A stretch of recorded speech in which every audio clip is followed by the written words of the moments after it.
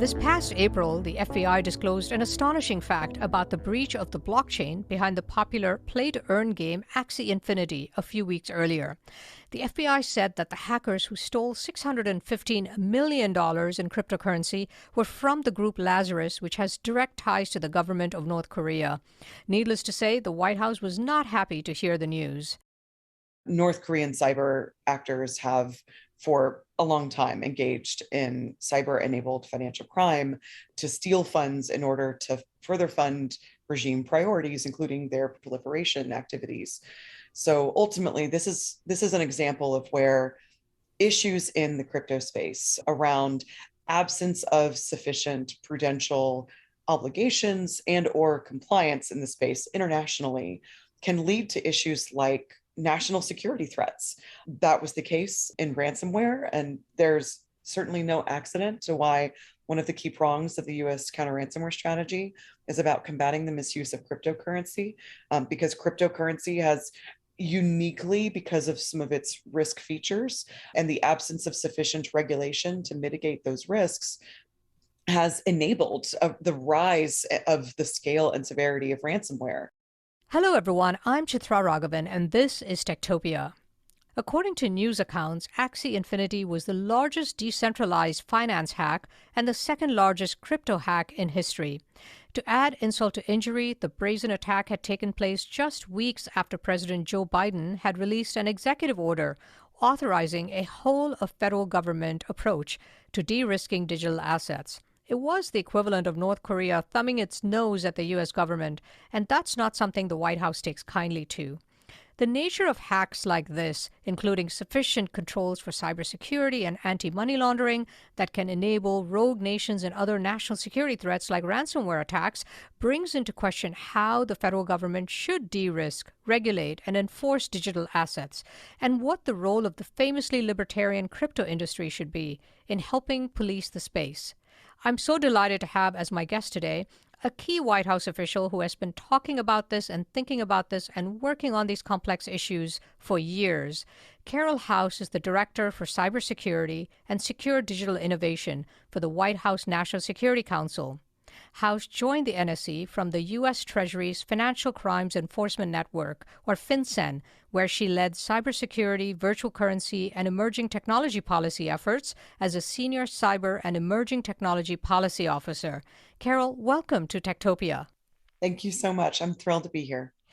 Tell us a little bit about yourself and how you came to be tackling these cutting-edge challenges that go to the heart of the future of finance. Literally, that's what we're talking about. Walk us a little bit through your background and career trajectory. Sure. It's been just a wonderful career and an amazing and totally unexpected path. I really started as an Army officer working in chem, bio, rad, nuclear defense, actually, and then served as a military intelligence officer doing collection management. So all the assets that watch and listen to people, it was my job to make sure that they were pointed in the right direction to support our operators. After that, I did my first tour in the White House at the Office of Management and Budget, standing up a cyber and national security unit. I supported a lot of our work to help secure the federal civilian agency enterprise. I did some time with Senate Homeland Security, also supporting cybersecurity and critical infrastructure supply chain work. And then finally came to FinCEN, like you mentioned.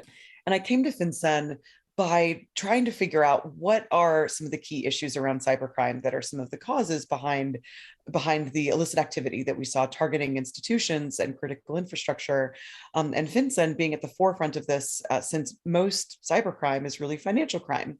So I came over to the team to do work and explore like what we could drive on the cybersecurity side to combat cyber-enabled financial crime. And you can't really do that without talking about cryptocurrency, because cybercriminals' favored way to launder proceeds, to purchase their exploit kits up front, or to launder and obfuscate their illicit flows in the back end tends to be cryptocurrency. So in that case, then I got to help drive a lot of the policy work that FinCEN was doing as the primary regulator for most crypto companies, and covering all of them that operate in the US for anti-money laundering purposes.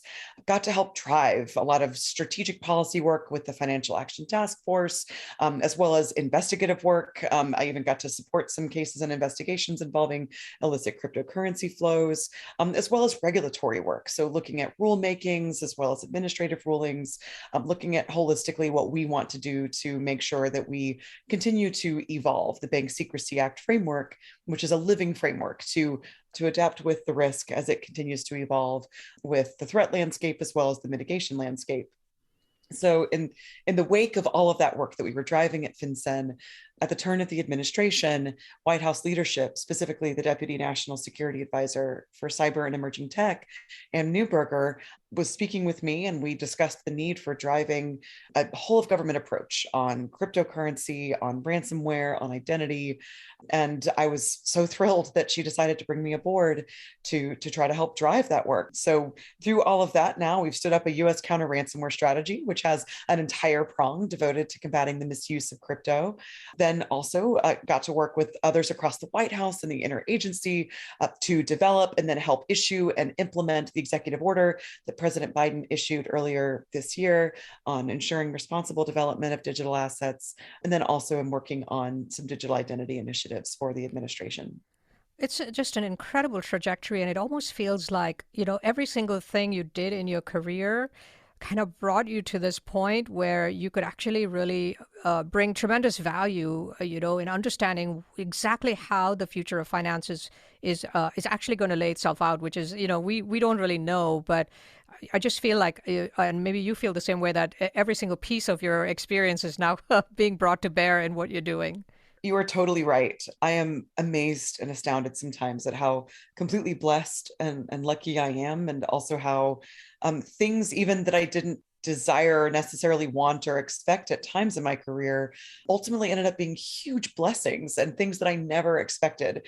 If someone had told me that I would end up in a role of regulating cryptocurrency back when I was in the Army as a chemical officer, I never would have imagined that. I would have assumed counterproliferation work, or an intelligence would have assumed I would be in the IC. I never would have imagined that it brought me here. And I appreciate that you pointed to like intersections of things and being able to leverage all these different aspects of one's background, because I think crypto really is a great example of a place where you can bring so many different aspects of one's background, whether it's national security, whether it's financial, whether it's technology, identity, inclusion.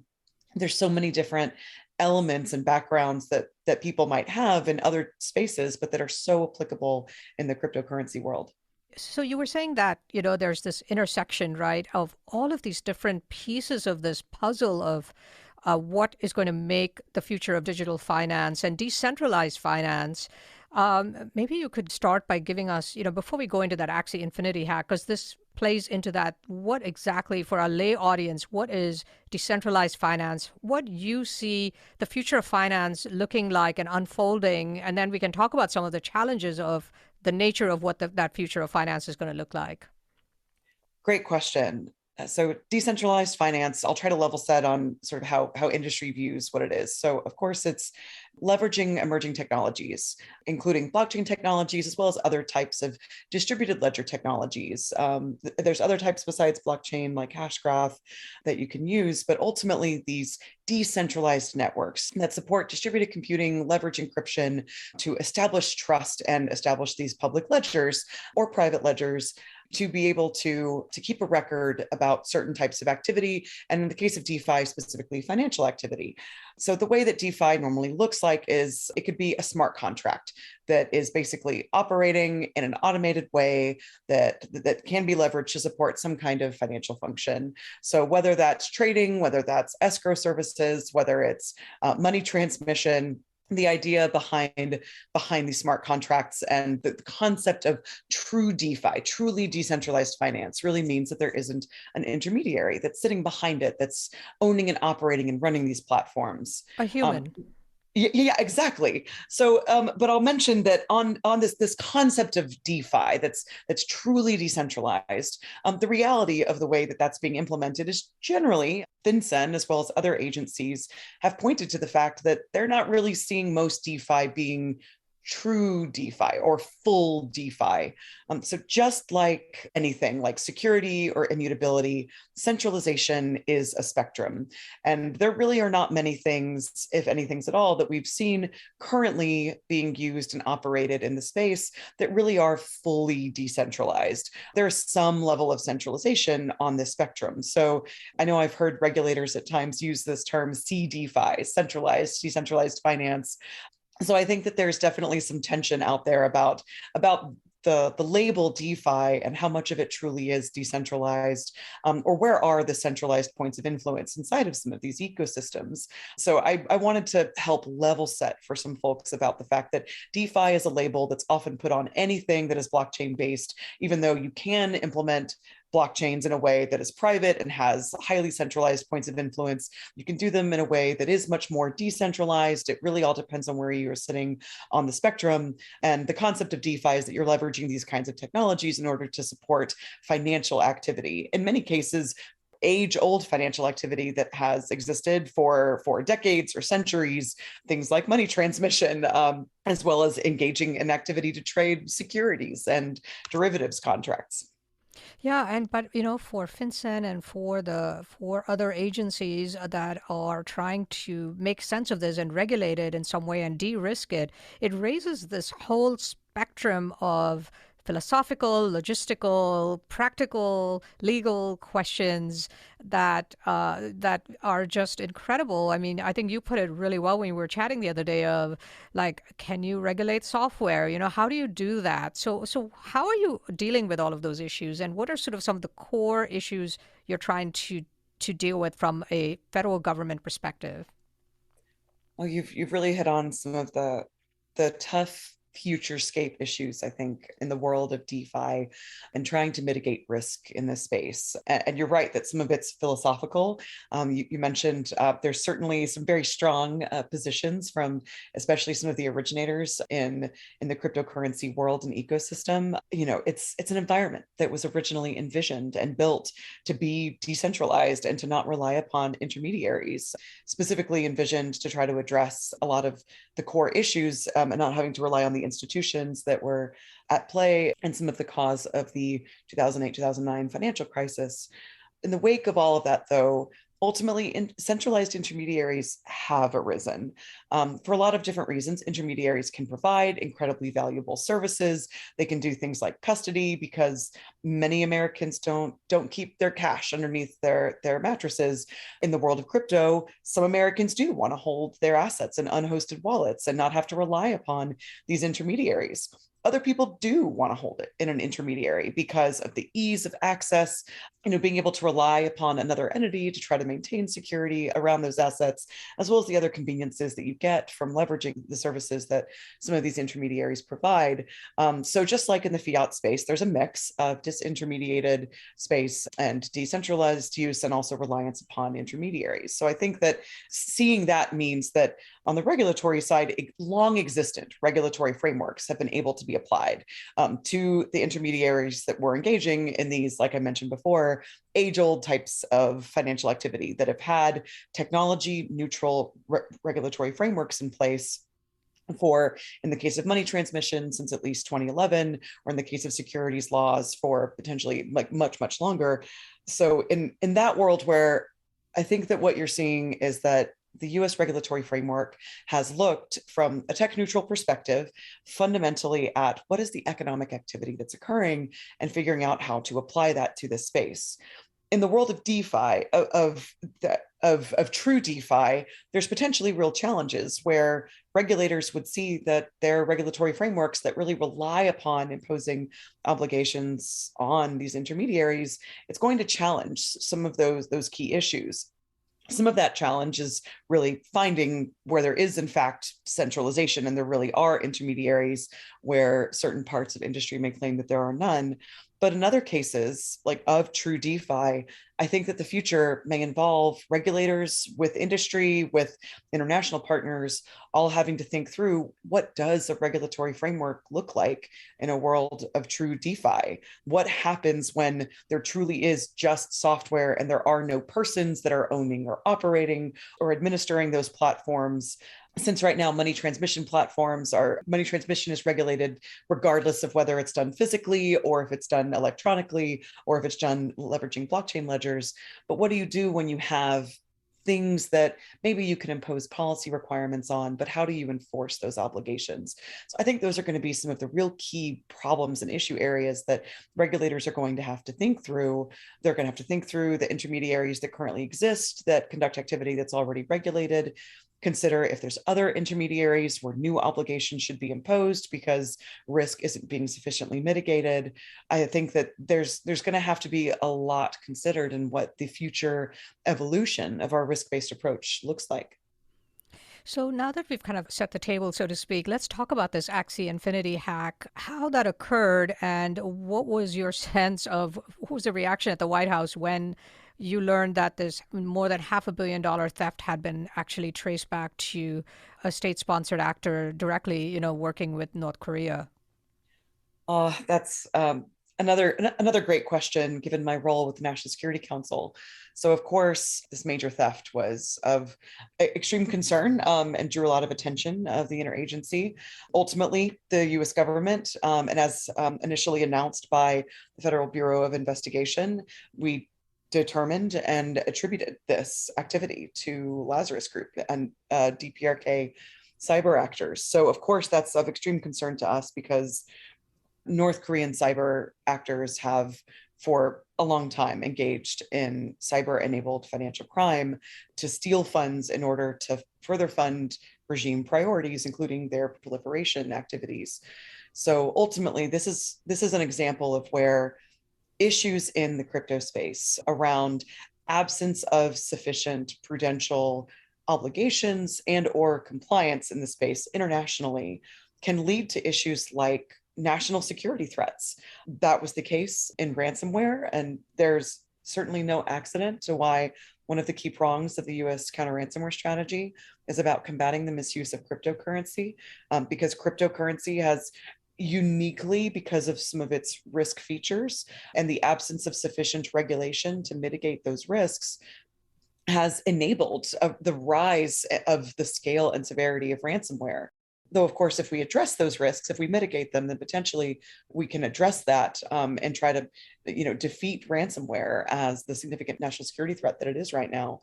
On the DPRK side, a lot of the same challenges persist here that exist for ransomware: insufficient international regulation of cryptocurrency and insufficient compliance and controls for things like identity, as well as cybersecurity controls being built into the ecosystem. So these issues, both on the regulatory side being layered in on top, but also the absence of sufficient security controls being baked into the system, very similar to the issues that we face in cyber around software not being developed with security in mind in the first place. All of these have created an environment that can potentially enable rogue regime activities. So I think, just to summarize, that there was certainly a lot of concern. We very much supported what the interagency did in attributing that activity, and in OFAC taking steps to highlight to the public that these addresses were associated with this theft and were associated with these illicit actors, to try to make sure that everyone knew that this was associated with a sanctioned actor with cybercrime perpetrated by a rogue nation.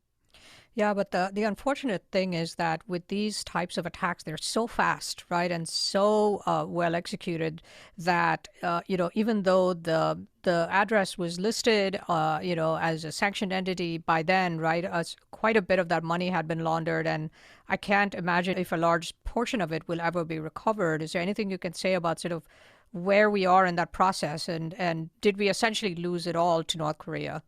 Well, there's nothing special that I can preview there, except that the US government remains very alert to this issue, and we will continue to take steps to disrupt North Korean cybercrime activity, including in instances of thefts like this. I will say that since you spoke to steps that need to exist and occur, there needs to be opportunities and partnerships for the US government, but also for industry to be able to share information related to illicit cryptocurrency flows and to enable action, to be able to do something about it. Obviously, regulation is a key part of that because in certain cases, how can you take certain action if you don't know where the funds went to, if you don't know who was behind it, you don't know what the money laundering network supporting this activity ends up looking like, and the personas behind it. But aside from just regulation, this issue, especially in the context of ransomware, was what drove the initial launch of the illicit virtual asset notification system, the IVAN partnership that the FBI and the National Cyber Investigative Joint Task Force, NCIJTF, have led.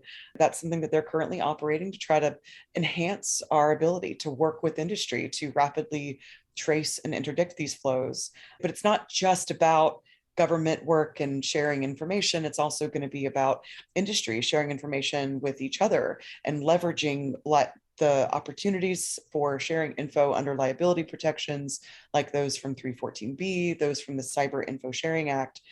So I think that we're also looking to consider what else is needed to be able to enable not just the government being able to take action, but also industry who really sits in the front lines of all of this and being able to detect it and be able to do something about it, hopefully being able to take steps to mitigate their own exposure to potential sanctions violations, which carry strict liability standards, and then also just work to try to prevent their platforms from being exploited by North Korea. And Axie Infinity was said to be like the largest decentralized finance hack in history. But in order for that to have happened, that theft, were there humans in the mix? And if so, how do you essentially deal with that situation, especially when often, these types of groups can offer massive amounts of money to have, as you know, you're the cyber expert, to have that cyber vulnerability, to create that vulnerability for them to be able to get into these systems? Really appreciate the tee up for the discussion about responsibilities on securing these systems, which have been compromised for many, many years. But as we're mentioning before, the insufficiency of proper controls can end up posing national security threats when actors like North Korea and other types of illicit actors like ransomware networks exploit these issues. Not wanting to speak specifically to Axie Infinity or any other specific company, but I will highlight that like these systems have key centralized players. They have, there are those who are not just necessarily developing the systems, but those who administer the systems, continue to own and operate these platforms. You have stakers, you have miners, you have a variety of different types of stakeholders in these ecosystems, depending on which currency it is, what platforms they are, and how they're being operated. So in those cases, there's a lot of questions to be asked around what are the governance models? How centralized are these systems? Where are the points of centralized influence? Even if it's decentralized, like what are the weaknesses in decentralization on the inability to be able to push the kinds of updates or to build in and support integrating the kinds of protections that you need in those systems. There's different vulnerabilities as well as strengths that you get depending on how you implement the systems. But in this case, insufficient and poor cybersecurity like behind these platforms, consistent with what CISA, the cyber agency at DHS, and the FBI posted publicly about in their alert about North Korean actors targeting blockchain platforms right in the wake of this hack. They point to the fact that like phishing and like very basic cyber intrusions are typically the things that are being leveraged up front in the conduct of this activity, and the kinds of protections and indicators of compromise that would be useful for these institutional players to integrate. So I think that really looking very hard at what are the cybersecurity practices of those who carry such significant influence or ability to affect high value transactions, whether in a blockchain ecosystem or in a traditional bank, like in cases of business email compromise. These are some of the basic protections that the crypto sector needs to take to heart as well. Yeah, and as you mentioned earlier, right, this is a whole different ballgame here. We're talking transnational crimes. We're talking, national security threats when, more than $500 million goes to North Korea, and we don't know where those funds could go, whether it's going towards their nuclear programs, weapons manufacture, other hostile actions taken towards the U.S. I guess my question is, it is a whole different ballgame. Does the industry understand? There's a huge libertarian ethos. Does the industry, or do the industries that will constitute the future of digital finance and decentralized finance, understand that the global stakes have changed. And so their judgment around and their actions around how to protect themselves has to be at an order of magnitude different than when it used to be these, small time kind of mom and pop security threats. I certainly hope that it has. And I am encouraged by some of the trends and evolution that I've seen in the digital asset ecosystem, even over just the past several years. I mean, I remember several years ago being in a private sector forum where like around like 100 members of the cryptocurrency space were all highlighting how it's impossible to build in anti-money laundering controls, how these are all decentralized systems without intermediaries. There's no ability to understand who's on the other side of the internet. And like the conversation has just changed so much in the past 3 years. Now there's key significant players, including some of the folks that were in those forums, who are now at the forefront of driving conversation around how do you build in compliance to some of these ecosystems. And I think that that's a very encouraging series of developments where you're seeing now real tangible solutions around the travel rule, leveraging technologies that have been existent for a while, but finally having to work together to figure out what is the implementation that will actually work for the space, or for some of these partners. Like that is very encouraging. I remember being told that it will be impossible to comply with the travel rule. And we highlighted there have been technologies around for decades that can enable that kind of compliance. It's been And very for our lay encouraging. audience, the travel rule is. Oh, yeah, of course. Sorry, that's a great point. So the travel rule is an obligation under financial regulations, especially under anti-money laundering regulations, for financial institutions to have to understand who is their customer, to collect certain information about it, and then send that relevant information to the receiving financial institution. So in the case of like a wire transfer, banks and other financial institutions collect information about the originator, other information around the transaction, and then they transmit that information to the receiving financial institution, so the receiving bank on the other side, and that has information about the originator as well as the beneficiary. And then the receiving institution gets that information. And this is the kind of information that's so critical to help both sides understand, okay, not only who owns this account, what is the account number, what is the person and the identity behind it, to be able to, to properly, successfully, credit the receiving account, but also to comply with anti-money laundering obligations, to really understand like what is the risk profile, like who am I receiving money from, to do things like sanction screening, and understand if you're possibly receiving a transfer from a designated person. There's a lot of consistency between these obligations for anti-money laundering purposes, for sanctions purposes, and even just for basic like account purposes. So that obligation also applies in the cryptocurrency space, where if you have a transfer between one cryptocurrency exchange and another, they have to collect this information about their customer and share it with the other side.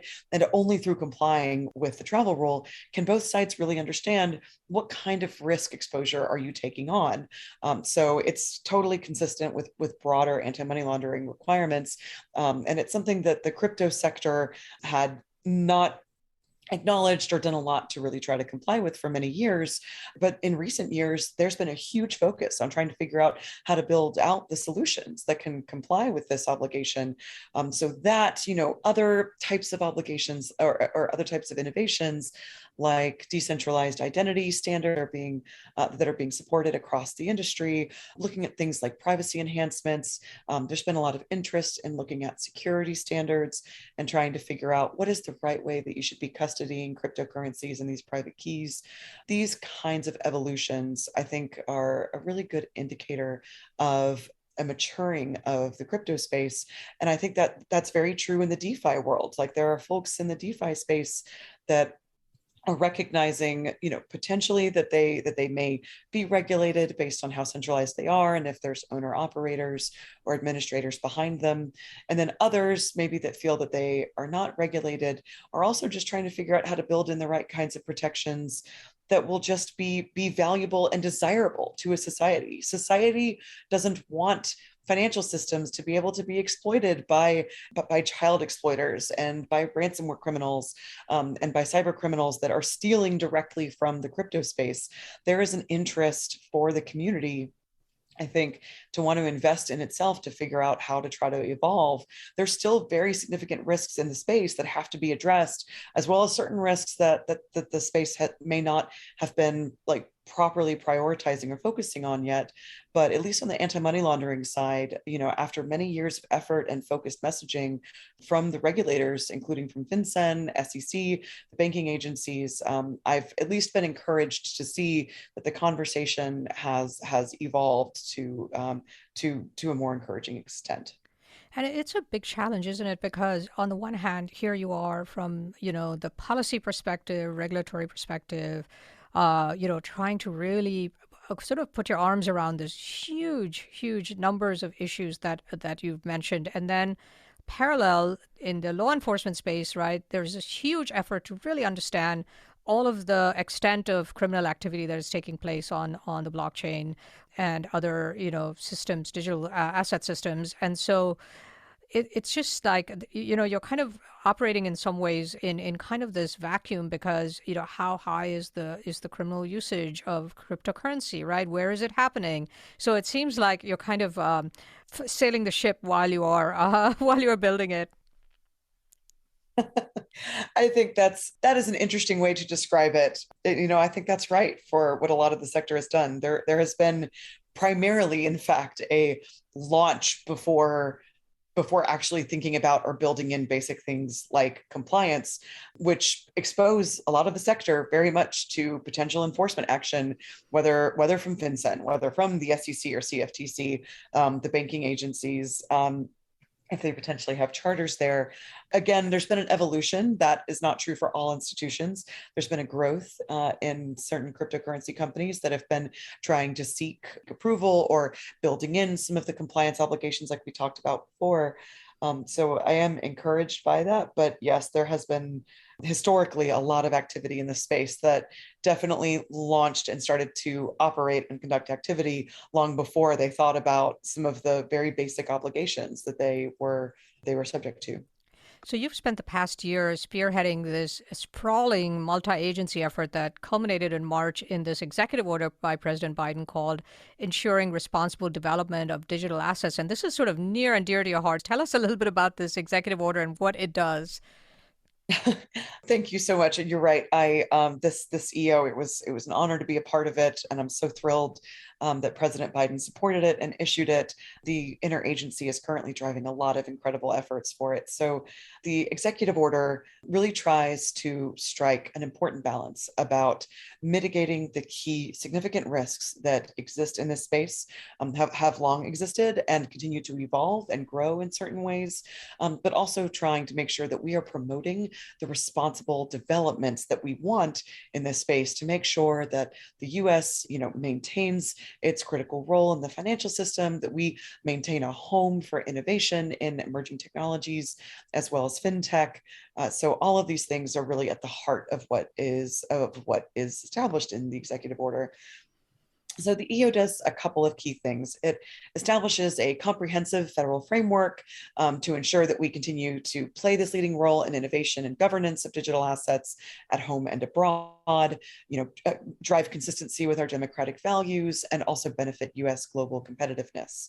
Second, the EO directs relevant departments and agencies to initiate research into the merits of a US central bank digital currency. This research, along with the framework that we're developing for aspects like international engagement and competitiveness, will help ensure that we preserve the critical role of the US in the global financial system.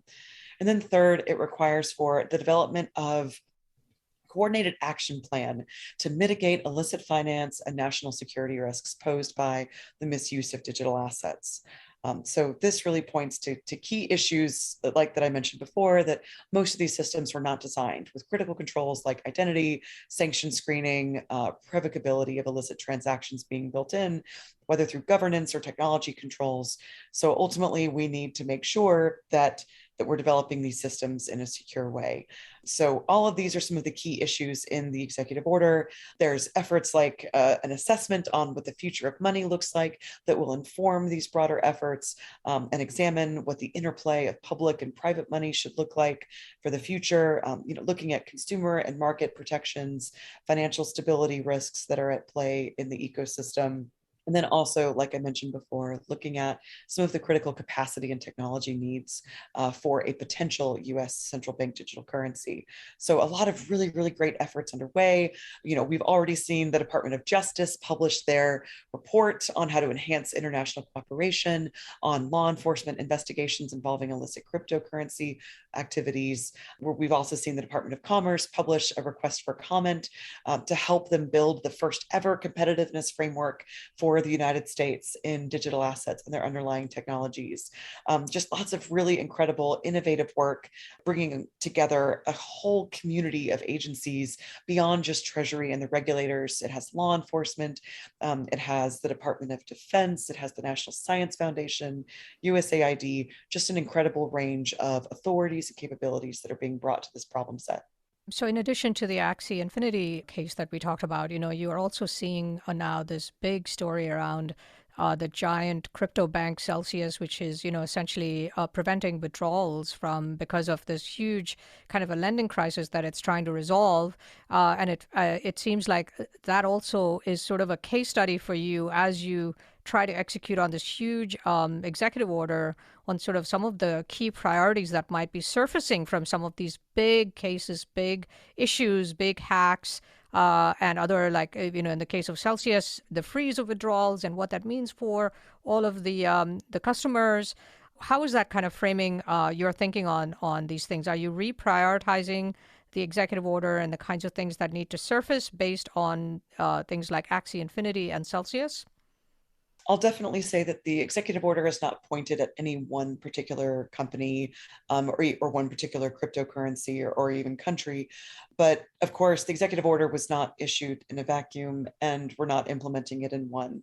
So you're totally right that, I mean, the US government is seeing the things that are happening in the marketplace, including, incredibly volatile prices and values, as well as major issues around actual backing and capital reserves behind certain assets, the insufficiency of prudential requirements, like I mentioned before, or insufficiency of compliance with long existing regulatory obligations for securities activity.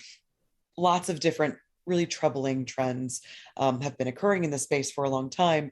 And of course, of late, some very significant ones have certainly risen to the attention of the US government. So first, I'll say that I think that it just reinforces our continued prioritization of the executive order.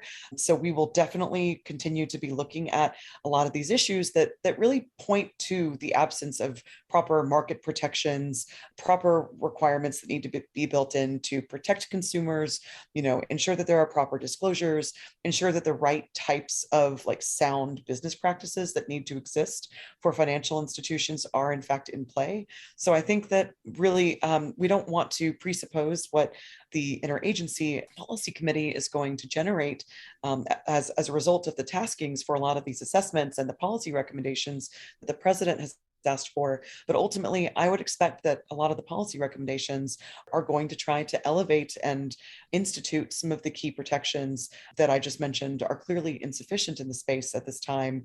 So whether it's actually new policy, whether it's scaling enforcement, whether it's driving, development and research and development into solutions that can enhance and support better compliance in the space, there's a lot of different levers that could be pushed. But I definitely think that taking a look at what the right types of regulatory frameworks and controls are that need to be put in place on these prudential issues is a very serious point of concern for the administration. In addition to this executive order, you have also been involved in another executive order, and this is around the whole idea of identity, and that could intersect in some ways or many ways, I don't know, with cryptocurrency and digital assets. Could you talk a little bit about the identity-focused executive order and what it entails? Yes, I can. And identity has been near and dear to my heart for many years as a cyber nerd, but also at FinCEN, where identity really sits at the heart of any effective anti-money laundering framework. And of course, it plays a significant role in cybercrime because cybercrime is trying to target, identity information and credentials to conduct fraud in the future or to escalate privileges to be able to move across networks to get access to sensitive data. And then, of course, the absence of sufficient identity in the cryptocurrency ecosystem really, it has been the most I think the most impactful contributing factor to why crypto continues to be exploited to the scale that it is. So identity plays a critical role in crypto. The identity EO that's currently under development is not specifically pointed at crypto, though I think that any significant moves that look at identity will end up having significant implications for the financial sector and just more broadly what ultimately may be done in the future of identity, since it plays such a critical role in finance, like I mentioned. But the executive order that is currently under development that was announced in the wake of the State of the Union address in a fact sheet that the White House posted, we are looking to figure out what are the right measures that the US government needs to put in place to try to combat significant identity theft and fraud that has occurred in public benefits programs, including a significant amount that occurred in the wake of the COVID-19 pandemic.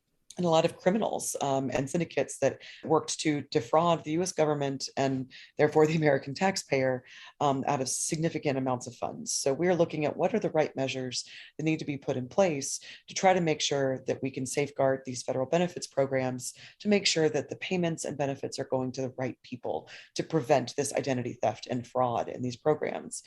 So we're going to be looking at what are the right measures to put in place to drive, stronger, better, more secure identity, but also look at the other side of securing identity, which means making sure that we're addressing issues around privacy, around equitable outcomes, and bias minimization.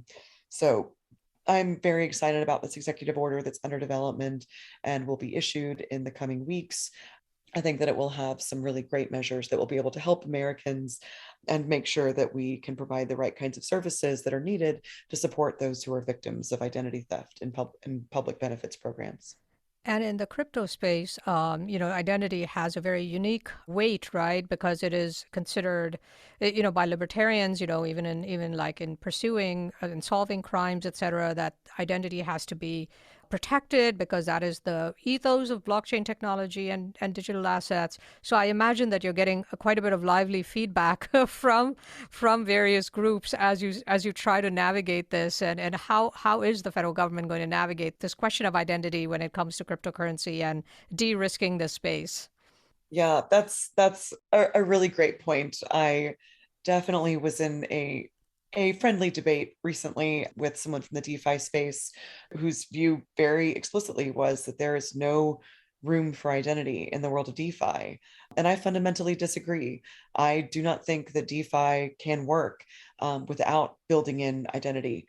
That does not mean publishing publicly PII for the world to see, and it may not inherently mean identity tied to everything. Part of the key challenge that I think that we'll face in this space is where you have platforms that aren't just DeFi. It's decentralized networks supporting other things like information transfer.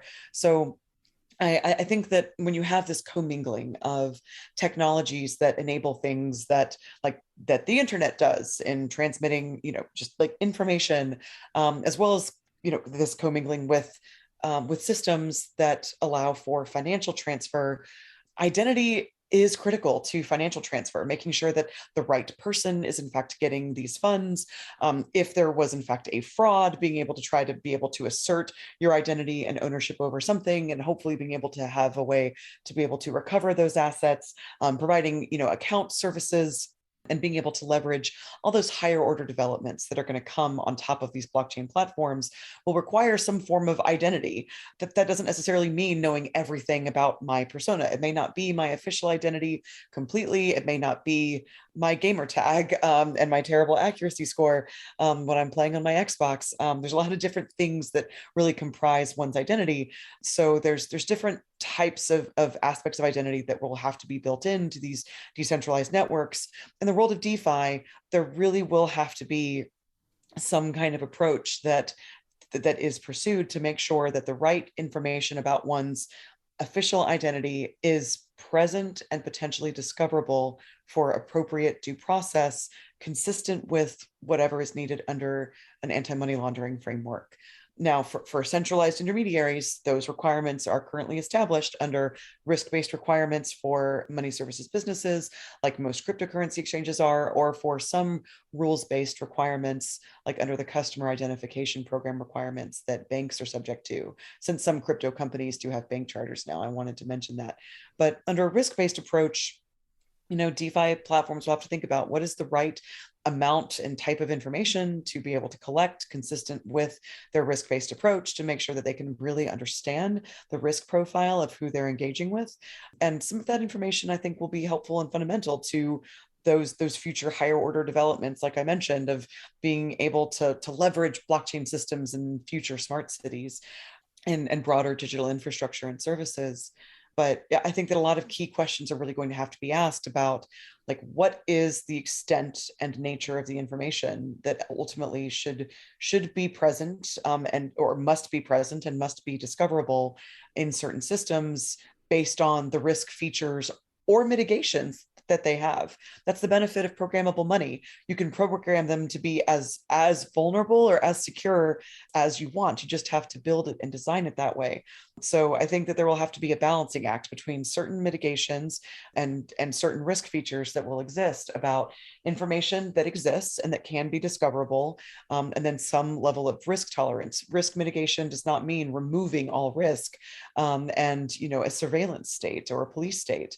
It means that based on a risk-based approach, looking at what are the right kinds of mitigations, which also means identity information being available and discoverable upon some type of due process for either financial institutions that are engaging with you or for law enforcement authorities, and regulators. As we wrap up, Carole, you said to me a couple of days ago that this is no longer just about like solving crimes and, not just about that, but it's about what side of history we will land. What did you mean by that? I think that especially on the government side, we definitely want to make sure that we get our approach to the digital asset system right. Like I mentioned before, the US approach is not an authoritarian approach. It is one that will reflect democratic principles. It will promote principles like those that were put forward by the G7 for retail central bank digital currencies. And we'll continue to promote those, whether we pursue a US CBDC or not.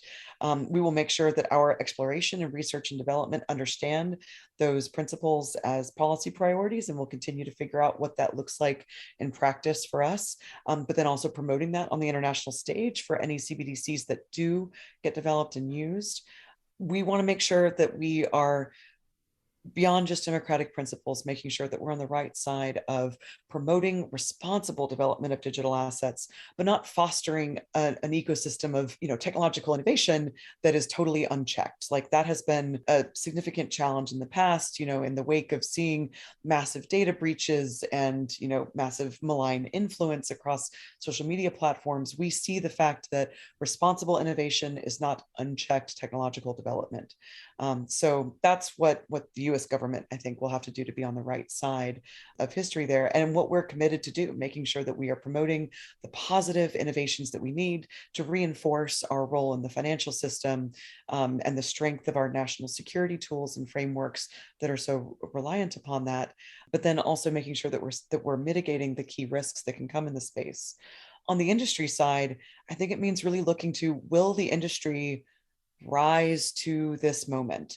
Like I mentioned before, I'm seeing encouraging trends in the kinds of developments that we've seen in parts of the cryptocurrency space, really focusing on innovative technological solutions that can meet the challenge of compliance and try to build in things like decentralized identity, like sanction screening, like market protections and integrity and disclosures, drive the benefits of financial inclusion. There's a lot of potential positives that can come in the space, but it can't be that unchecked technological development that doesn't account for these key issues and risks to society, to national and international security. I think that we will continue to look to the sector to rise to that challenge. We would encourage industry to consider what developments can you drive and build that are consistent with the principles and the policy objectives that the president set out in this executive order.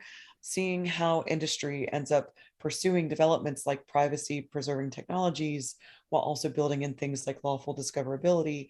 All of these things will end up, I think, showing us whether we end up on the right side of history or if we end up, with an industry that's just trying to build solutions that have no means for being able to mitigate significant risks to citizens, as well as to national security objectives. Well, Carole, you've had such an incredible perch in history looking at sort of the evolution and contributing to building the sort of the guardrails around the future of finance and the future of digital currency and digital assets. And so it's just a great privilege to have you on Techtopia and for this amazing conversation on how the U.S. government is trying to ensure that investors and consumers and businesses can participate in this new economy both safely and expansively. Thank you. It's been a wonderful position to be able to work in. I'm so grateful to the White House for the incredible leadership that they've presented, for bringing me aboard to be a part of this moment. And thank you so much for letting me, speak to the Techtopia community about the kinds of work that we're sort of driving and what the industry may be looking to do to be able to meet these objectives that the president has laid out. Wonderful. And we look forward to having you back on to give us a progress report as this unfolds. Thank you so much. It's been great. Carole House is the Director for Cybersecurity and Secure Digital Innovation for the White House National Security Council. House joins the NSC from the U.S. Treasury's Financial Crimes Enforcement Network, or FinCEN, where she led cybersecurity, virtual currency, and emerging technology policy efforts as a Senior Cyber and Emerging Technology Policy Officer. Prior to FinCEN, House worked as a Presidential Management Fellow, supporting the White House Office of Management and Budget's Cyber and National Security Unit and the U.S. Senate Committee on Homeland Security and Governmental Affairs on cybersecurity, supply chain, risk management, and critical infrastructure protection policy issues. House is a former Army captain who served in chemical defense and military intelligence until November 2014, including a deployment to Kandahar province, Afghanistan, from 2012 to 2013 in support of Operation Enduring Freedom. She holds a BA in International Affairs from the University of Georgia and an MA in Security Studies from Georgetown University. This is Techtopia. I'm Chitra Raghavan. Techtopia is a podcast from Good Story, an advisory firm helping technology startups with brand strategy, positioning, and narrative. Our producer is Jeremy Kaur, founder and CEO of Executive Podcasting Solutions, with production assistance from Kate Cruz. Our creative advisor is Adi Wineland, and our research and logistics lead is Sarah Muller. Don't forget to subscribe to the show on Apple Podcasts or your preferred podcast platform. And if you like the show, please rate it 5 stars, leave a review, and do recommend it to your friends, family, and colleagues. For questions, comments, and transcripts, please visit our website at goodstory.io or send us an email at podcast@goodstory.io. Join us next week for another episode of Techtopia. I'll see you then.